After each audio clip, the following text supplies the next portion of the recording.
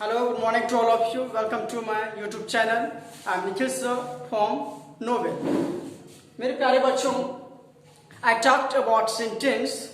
Before it, sentence, I talked about letter and word. After that, I talked about sentence. First of all, I talked about sentence. After that, this types of sentences. Types of sentences in which four types: assertive, imperative, interrogative and exclamatory, in which I talked about assertive sentence and types of assertive sentence. After that I talked about imperative sentence. After that I talked about interrogative sentence and types of assertive sentence, interrogative sentence. And now I'd like to talk about exclamatory sentence and optative sentence. Okay, so in last types of sentences, exclamatory sentence. Then I would like to talk about exclamatory sentence. So first of all, everyone student, look here and attention please. तो मेरे प्यारे बच्चों, मैं आपको सबसे पहले exclamatory sentence के बारे में मैं बोल रहा हूँ. Exclamatory sentence. Exclamatory sentence. What is the meaning of exclamatory sentence? तो exclamatory sentence का जो मीन होता है यानी मतलब होता है जैसे कि सडन, अचानक किसी प्रकार का फील होना. ओ ही इज डेड, ओ वो मर गया. तो इसमें क्या हुआ कि अचानक किसी प्रकार का फील होना, वो एक्सक्लामेटरी सेंटेंस होता है. तो एक्सक्लामेटरी सेंटेंस किसको शो करेगा? तो इसको आप डिफाइन इस प्रकार कर सकते हैं: the sentence which has expressed a sudden intense excitement, disgust, admiration, shock and sorrow. तो इस प्रकार के वर्ड को जो यानी इस सेंटेंस में जो अगर इस प्रकार का शो करता हो तो वो सेंटेंस आपका एक्सक्लामेटरी सेंटेंस होगा. जैसे कि मैं ये डिफिनेशन लिखा: the sentence which express a sudden and intense excitement, disgust, admiration, shock, sorrow etc is called exclamatory sentence. मेरे प्यारे बच्चों, सडन मतलब अचानक, जैसे कि किसी प्रकार का हो जाता है अचानक. इंटेंस एक्साइटमेंट यानी कि एक तीव्र प्रकार का जो एक्साइटमेंट होता है, अति तीव्र प्रकार का. अब बोले डिसगस्ट, तो डिसगस्ट का मतलब होता है कि जैसे कि झिलझिलाहट, गुस्सा. तो इस प्रकार का जो है हुआ डिसगस्ट. जैसे एडमिरेशन, प्रशंसा. शौक नहीं होता, किसी प्रकार का शौक लगना यानी झटका लगना. सौर मतलब दुख. तो जो यानी कि अति तीव्र खुशी, अचानक किसी प्रकार का फील, झिलझिलाहट, प्रशंसा, झटका और दुख का जो सेंस होगा, वो सेंटेंस एक्सक्लामेटरी सेंटेंस को शो करेगा. मेरे प्यारे बच्चों, एक्सक्लामेटरी सेंटेंस में आप एक चीज हमेशा ध्यान रखिएगा कि एक्सक्लामेटरी सेंटेंस में sign of exclamation end of sentence या middle of sentence, exclamation marks होता है sign of exclamation exclamatory sentence में, या तो सेंटेंस के लास्ट में या सेंटेंस के बीच में एक्सक्लामेशन मार्क्स लगा होता है. जैसे दिस काइंड ऑफ सेंटेंस, इस प्रकार का सेंटेंस, आई मीन टू से एक्सक्लामेटरी सेंटेंस. तो this kind of sentence must have a note of exclamation. Exclamation marks होता है मेरे प्यारे बच्चों, ये होता है एक डंडा टाइप का और नीचे में ड्रॉप यानी कि नीचे में. तो एक्सक्लामेशन मार्क्स इस टाइप का होता है जैसे यहाँ लिखा हुआ. तो exclamation marks at the end और in the middle of the sentence, यानी इस प्रकार के सेंटेंस में, I mean to say exclamatory sentence में साइन ऑफ एक्सक्लामेशन निश्चित होता है या तो सेंटेंस के लास्ट में या सेंटेंस के मिडिल पॉइंट में. फॉर एग्जाम्पल के थ्रू मैं आपको समझना चाहूंगा. जैसे व्हाट अ ब्यूटीफुल सॉन्ग, एक प्रकार का फील और व्हाट अ ब्यूटीफुल सॉन्ग, इसमें साइन ऑफ एक्सक्लामेशन लगा हुआ है. जैसे मैंने बोला हे डोंट टच माय फोन, अचानक मेरा मोबाइल रखा हुआ, मैं कुछ कर रहा हूँ, अचानक मेरा नजर क्या कोई मेरा मोबाइल छू रहा है, तो मैं उसको बोला हे डोंट टच योर फोन. एक प्रकार का क्या हुआ, यानी कि उसको अचानक या सडन उसको जो है उस पर मेरा ध्यान गया, है डोंट टच माय फोन है, यानी कि मेरे फोन को टच मत करो. इसमें देखिए साइन ऑफ एक्सक्लामेशन सेंटेंस के लास्ट में लगा हुआ है. सेंटेंस के लास्ट में साइन ऑफ एक्सक्लामेशन लगा है. This sentence will represent that exclamatory sentence. हे सेंटेंस के मिडिल में साइन ऑफ एक्सक्लामेशन लगा है. Don't touch my phone. This sentence is represent that exclamatory sentence. क्या आप मेरे बातों को क्या आप मेरी बातों को सही समझ पा रहे हैं? मैं जो आपको समझाने का प्रयास कर रहा हूँ, क्या आप लोग समझ पा रहे हैं? समझ पाए, यही मैं आपको समझाने का प्रयास कर रहा हूं कि sign of exclamation, exclamatory sentence में साइन ऑफ एक्सक्लामेशन मार्क्स जरूर रहेगा, या तो सेंटेंस के लास्ट में रहेगा या सेंटेंस के मिडिल में रहेगा। जैसे हुआ we have won the match, एक प्रकार का मैं खुशी प्रकट कर रहा हूं कि नहीं बोलते हैं हो रहा है, यानी कि we have won the match, हम लोगों ने मैच को क्या किया, जीत लिया है। तो एक प्रकार का खुशी प्रकट कर रहा है, और इसमें क्या हो रहा है, यानी कि बीच में साइन ऑफ एक्सक्लामेशन लगा हुआ है। तो this sentence is represent the exclamatory sentence. तो मेरे प्यारे बच्चों, एक्सक्लामेटरी सेंटेंस और इंग्लिश ग्रामर में बस इसका रूल कुछ खास नहीं है। मेन जो रूल था, मेन जो टॉपिक समझने वाली चीज थी, वो मैं आपको पहले ही बता चुका था। असर्टिव सेंटेंस, इंपेरेटिव सेंटेंस और इंट्रोगेटिव सेंटेंस का ही इंग्लिश ग्रामर में बहुत सारा यूज है। ये एक्सक्लामेटरी सेंटेंस और ऑप्टेटिव सेंटेंस सीमित है, इसका कुछ खास तौर पर जैसे कॉम्पिटिटिव फैक्टर भी सबका उतना कुछ खास यूज नहीं है। तो इसलिए मेन जो होता है वो असर्टिव, बाकी इसका टाइप से तो ये तो मेन ही है, तो समझना तो उसको भी पड़ेगा। लेकिन आपको असर्टिव सेंटेंस हमेशा आपको यानी उसका हमेशा यूज है, इंपेरेटिव सेंटेंस का हमेशा यूज है, इंट्रोगेटिव का हमेशा यूज है। आप ग्रामर सेक्शन में जो आप जब भी पढ़िएगा, जैसे कि आप टेंस पढ़िएगा, वॉइस, नारेशन, तो ये सब जितना कुछ पढ़िएगा उसमें आपको असर्टिव सेंटेंस, इंट्रोगेटिव सेंटेंस, इसका बहुत सारा यूज है।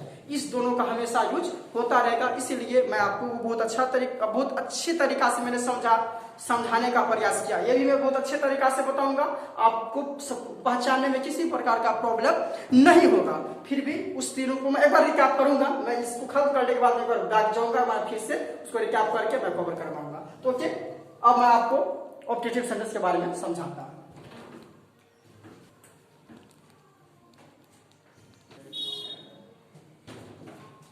ओके मेरे प्यारे बच्चों, I like to talk about optative sentence. अब मैं ऑप्टेटिव सेंटेंस के बारे में बात करना चाहूंगा, ठीक है।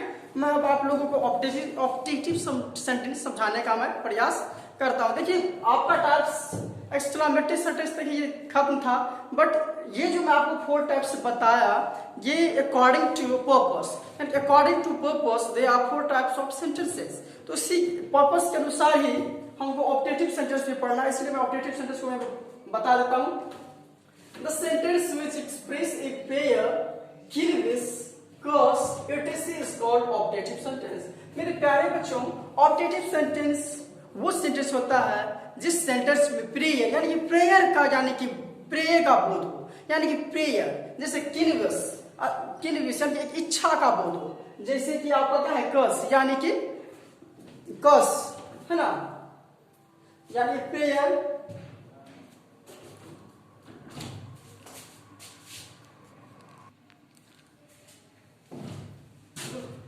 बच्चों मैं ये बता रहा हूं कि प्रेयर का मतलब क्या हुआ, यानी कि प्रेयर प्रार्थना वर्ड, जैसे किल विश, तो प्रेयर का मतलब हुआ कि प्रेयर प्रार्थना, प्रेयर वर्ड, किल विश यानी कि इच्छा, तीव्र इच्छा।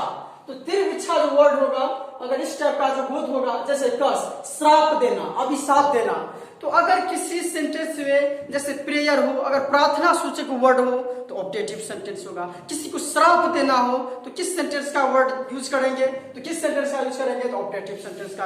अगर तीव्र कोई इच्छा हो तो किस प्रकार का सेंटेंस हम यूज करेंगे, तो वो ऑप्टेटिव सेंटेंस। क्या आप लोग समझ पा रहे हैं? समझ पा रहे हैं तो यही होगा, अगर प्रेयर, किल, विश, कर्स इस सब का अगर बोध हो तो वो सेंटेंस ऑप्टेटिव सेंटेंस को रिप्रेजेंट करेगा। मेरे प्यारे बच्चों, ऑप्टेटिव सेंटेंस का एक खास बात यह है कि this kind of sentence generally starts with may and wish, sometimes may remains hidden. मेरे प्यारे बच्चों, यानी ये जो है ऑप्टेटिव सेंटेंस की शुरू में, सेंटेंस के स्टार्ट्स में जनरली मे या विश लगा होता है। जनरली, हमेशा नहीं, मे या विश जनरली लगा होता है, और कभी कभी मे वर्ड जो है रिमेन्स हिडन मतलब छिपा रहना, यानी कि छिपा रहता है। रिमेन्स हिडन का मतलब, यानी कि रिमेन्स हिडन का मतलब छिपा रहना, यानी कभी कभी मे वर्ड क्या होता है, छिपा रहता है सेंटेंस में। क्या आप लोग समझ पा रहे हैं? जैसे मैं इसे जो एग्जांपल के तौर पे समझें तो मे इट बी सो, क्या सेंटेंस के स्टार्ट में मे है, लास्ट में फुल में है ना, this sentence is represent that, क्या होगा, ये आपका ऑप्टेटिव सेंटेंस होगा। मे यू लिव लॉन्ग, क्या मे है, लास्ट में है, सेंटेंस के स्टार्टिंग में होगा, ये सेंटेंस विच इसको रिप्रेजेंट करेगा ऑप्टेटिव सेंटेंस। जैसे wish U A happy journey, together, ये भी मतलब कि क्या हुआ, प्रेयर सूचक वर्ड है, यानी कि आपका जो है यात्रा क्या हुआ, एक साथ जो है मंगलमय हो, अच्छा हो। तो ये क्या हुआ, प्रेयर सूचक सेंटेंस हुआ। तो ये सेंटेंस भी क्या होगा, ऑब्जेक्टिव सेंटेंस को रिप्रेजेंट करेगा। और this sentence is starts with wish, और ये सेंटेंस क्या है, सेंटेंस से स्टार्ट में विश लगा है। तो मैं और विश से जो अगर सेंटेंस स्टार्ट हो तो वो अगर लास्ट में फुल स्टॉप लगा है तो वो सेंटेंस ऑब्जेक्टिव सेंटेंस होगा ना।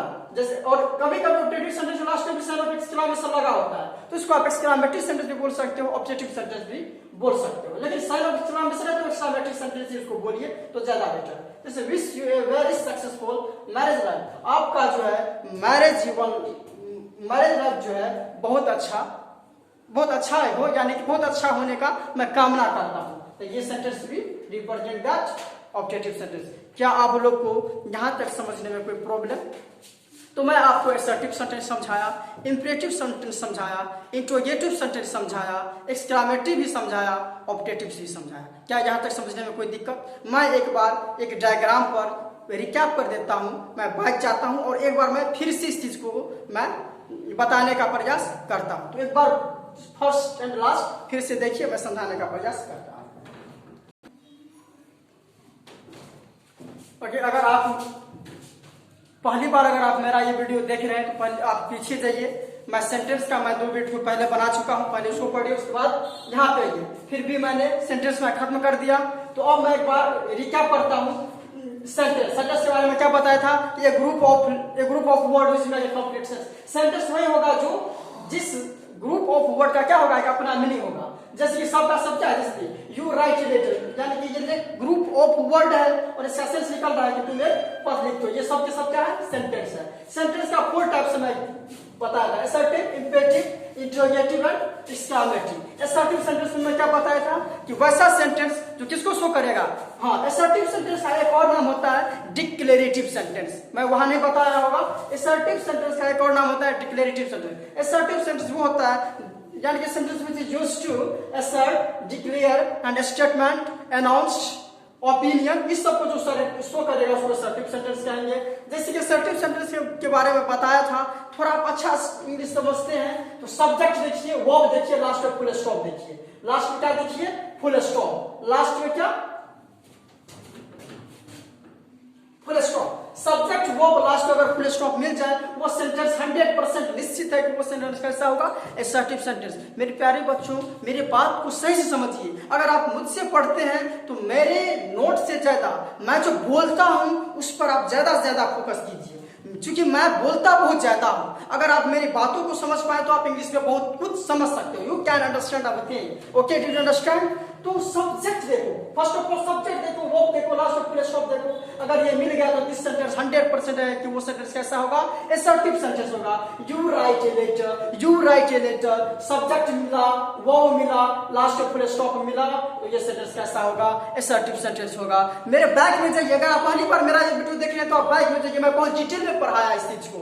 तब आपको यहाँ पर मैं सिर्फ एक रिकैप करना चाहता हूँ, मैं आपको एक बार उस चीज को समझाना चाहता हूँ। अगर ये असर्टिव सेंटेंस में डायरेक्ट सेंटेंसेस, असर्टिव में 2 पार्ट्स में बांटा था, पॉजिटिव सेंटेंस, नेगेटिव सेंटेंस। ये सब के सब क्या है, पॉजिटिव सेंटेंस। जैसे इसमें देखिए Sohan does not play cricket.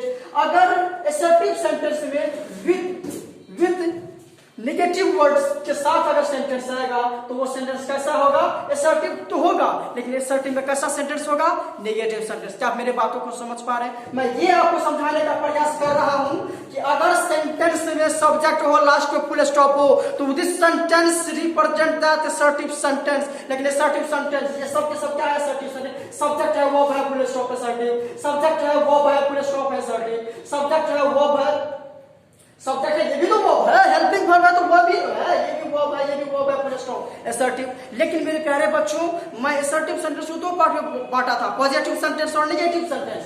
Positive sentence जिसमें नोट नेगेटिव वर्ड ना हो वो पॉजिटिव सेंटेंस। जैसे ये पॉजिटिव असर्टिव, ये पॉजिटिव असर्टिव। जैसे इसमें नेगेटिव वर्ड है, असर्टिव तो है लेकिन नेगेटिव है, इसका पूर्ण नेम दे सकते हैं नेगेटिव असर्टिव सेंटेंस। क्या आप समझ पा रहे हैं? Second type imperative sentence. Imperative sentence में मैं क्या बताया था? Order, command, request, advice, suggestion, this called is imperative sentence. मैं आपको तरीका बताया था कि सबसे पहले वर्ब देखो। अगर आप स्टैंडर्ड इंग्लिश समझते हैं तो वर्ब के बाद ऑब्जेक्ट को ढूंढिए, वर्ब के बाद ऑब्जेक्ट को ढूंढिए, लास्ट में फुल स्टॉप को ढूंढिए। अगर इतना चीज मिल गया, this sentence is represented imperative sentence. जैसे हेल्प द पुअर, गरीब को मदद करो, हेल्प द पुअर। वर्ब मिला, ऑब्जेक्ट मिला, फुल स्टॉप मिला, this sentence represent the imperative sentence. Let me go, let me go, मुझे जाने दीजिए, प्लीज लेट मी गो। ये क्या हुआ? यानी कि रिक्वेस्ट कर रहे हैं। तो इस सेंटेंस क्या देखिए, वर्ब मिला, ऑब्जेक्ट मिला, this sentence is represent that imperative sentence. Always help the needy people, हमेशा जरूरतमंदों को जो है हेल्प करो। ये आपका सजेशन हो गया। फुल स्टॉप मिला, ऑलवेज। मैं आपको एक नोट में बताया था, always, please, kindly, just, never. उसके बाद अगर वर्ब आ जाए, लास्ट में फुल स्टॉप होगा। दिस सेंटेंस में भी इंपरेटिव सेंटेंस। मैं आपको बताया था, नोट में एक बात और बताया था कि MAY में ये भी क्या है? वर्ब है, और लास्ट में फुल स्टॉप मिलेगा तो वो सेंटेंस क्या होगा? इंपरेटिव नहीं होगा। अब आपको पता होगा कि this sentence is represent that objective sentence. आपको बताया ये इंपरेटिव सेंटेंस नहीं, कौन सा सेंटेंस? ऑब्जेक्टिव सेंटेंस होगा। Okay. Interrogative sentence, interrogative sentence मतलब आस्क के क्वेश्चन, प्रश्न पूछने का काम। Do you play, why do you play, यानी कि क्या तुम खेलते हो, तुम क्यों खेलते हो, यानी प्रश्न पूछने का काम। यानी प्रश्न पूछने का जो काम होगा वो इंट्रोगेटिव होगा, और इंट्रोगेटिव होगा यानी प्रश्न पूछने का काम क्या होगा? इंट्रोगेटिव। और मैं आपको बताया था, इंट्रोगेटिव को मैं 2 पार्ट में बताया था कि जिस प्रश्न का आंसर यस या नो में आ जाए, this sentence is represent that yes no question, यानी कि वीक क्वेश्चन। और वीक क्वेश्चन को किसके नाम से जानते थे? यस नो क्वेश्चन के नाम से। व्हाई डू यू प्ले, तुम क्यों खेलते हो, तो व्हाई डू यू प्ले ये भी प्रश्न पूछ रहे हैं। लेकिन जिस प्रश्न का आंसर यस या नो में नहीं आए, उस क्वेश्चन को क्या बोलते थे? Strong question. और स्ट्रॉन्ग क्वेश्चन को हम क्या बोलते थे? WH question. क्या आपको याद में कोई दिक्कत? एक्सक्लामेटरी सेंटेंस मैं आपको बताया कि लास्ट में क्या होगा? Sign of exclamation. क्या होगा? Sign of exclamation. This sentence is represent that exclamatory sentence. क्या आप सेंटेंस को पूर्ण रूप में आप जैसे कि अगर मैं मिल जाए लास्ट में फुल स्टॉप, ऑब्जेक्टिव सेंटेंस के श्रेणी में होगा। ये कभी-कभी एक्सक्लामेटरी सेंटेंस भी होता है। एक बार मैं कंप्लीट वीडियो लेके आऊंगा। अगर आप लोग को ऑब्जेक्टिव या एक्सक्लामेटरी को पहचानने में दिक्कत होगा तो कमेंट कीजिएगा। आज के लिए इतना ही। Okay, that's all. और हाँ, जैसे कि मैं सेंटेंस खत्म कर दिया, अगर आपके पास बुक होगा, जैसे कि मैं कंप्लीट सेंटेंस पढ़ा दिया। जैसे कि नोबेल पब्लिक स्कूल के जितने भी छात्र हैं, अगर आपके पास इंग्लिश का बुक होगा, जैसे आप बुक लिए होंगे तो इंग्लिश का बुक होगा। अब आपको मैं 2 चैप्टर कंप्लीट कर दिया, सेंटेंस और काइंड ऑफ सेंटेंस। अपने बुक को पढ़ाइए, अपने बुक को पढ़िए। आप अगर किसी भी स्टैंडर्ड में हैं तो मैं आपको कंप्लीट सेंटेंस पढ़ा दिया, तो आप उस चीज को पढ़िए। किसी प्रकार का प्रॉब्लम होता है तो आप मुझे कमेंट कीजिए। आप बुक को लेकिन 100% बुक को पढ़िए, तभी तो आपको पता चलेगा कि सर कैसे पढ़ाएं, बुक में क्या है। तो इसलिए बुक को पढ़िए। अगर बुक नहीं है तो जल्द से जल्द आप बुक लेने की कृपा करें, ठीक है। तो आज के लिए इतना ही। अगर आप मेरी पहली वीडियो देख रहे हैं तो बैक में जाइए, मेरा सेंटेंस का कंप्लीट वीडियो दिया है। मेरा डिस्क्रिप्शन जो है नोबेल पब्लिक स्कूल इंडिया के नाम से मेरा चैनल चलता है, उस पर जाइए। मैं सेंटेंस कंप्लीट पढ़ाया हूँ। जैसे कि आपको पता है कि मैं ऑफलाइन नोबेल पब्लिक स्कूल में पढ़ाता हूँ, जो कि वो स्कूल है CBSE क्यूरिकुलम।